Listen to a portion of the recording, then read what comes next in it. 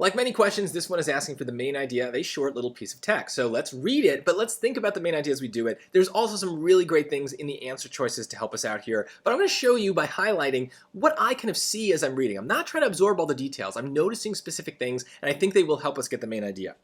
As a video game animator, Phoebe Shackleton finds inspiration in her own backyard. So in her own backyard, waiting patiently and observing the natural movements of local species. Observing the natural movements. For example, okay, that's important. I'm probably not going to care about the particular example as I'm answering the question about the main idea. So let's keep reading. She designed the frantic scurrying of Brimbles, fictional monsters from the Future Home video game series, by watching chipmunks dash between hiding places outside her Pennsylvania cabin. So those both ideas relate to things I saw in that opening sentence. When the animals are nowhere to be found, Shackleton can be seen sketching the subtle swaying of leaves and branches in a breeze. She believes that mimicking these tiny details from the real world contributes to the immersive experience of a video game world. So it's about bringing the video game world to life using the real world. So let's see if there's a choice that kind of talks about that.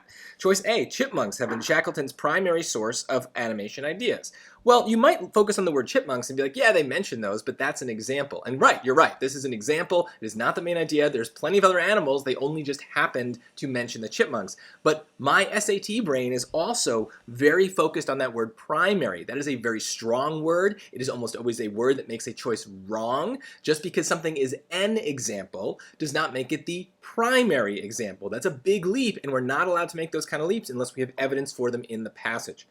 Choice B.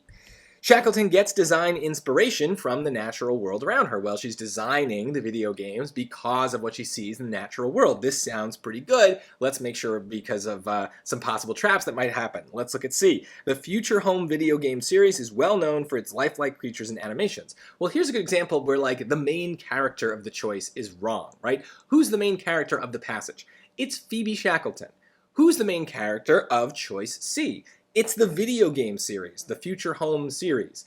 Different main character, so it's probably not the same idea, right? And plus, the Future Home was also an example of something that was talked about, but it wasn't just the main idea itself. It was an example of the main idea. So again, we're kind of confusing examples with big picture ideas. Choice D, Shackleton finds it easy to sketch the movement of plants in her backyard. Again, the plants were one example, but also finds it easy. It says that she sketched them. It does not say that this is an easy thing to do, so that is adding something that's also not there. Maybe she finds it easy, maybe she doesn't. I really don't know. I don't have evidence, but choice B is a perfect example of what the main idea is going to sound like. It's just something that's very vague and bland and doesn't get into the details. They need to give you the details, partly as distractors, but also partly to reinforce the main idea. But when you're asked for the main idea, it's probably going to be something that doesn't mention those examples. It's something more bland, more general, so don't worry about it. If it doesn't like take in everything that you see in the passage, it probably won't. And in fact, a lot of the wrong answers focus too much on those specific ideas that you see.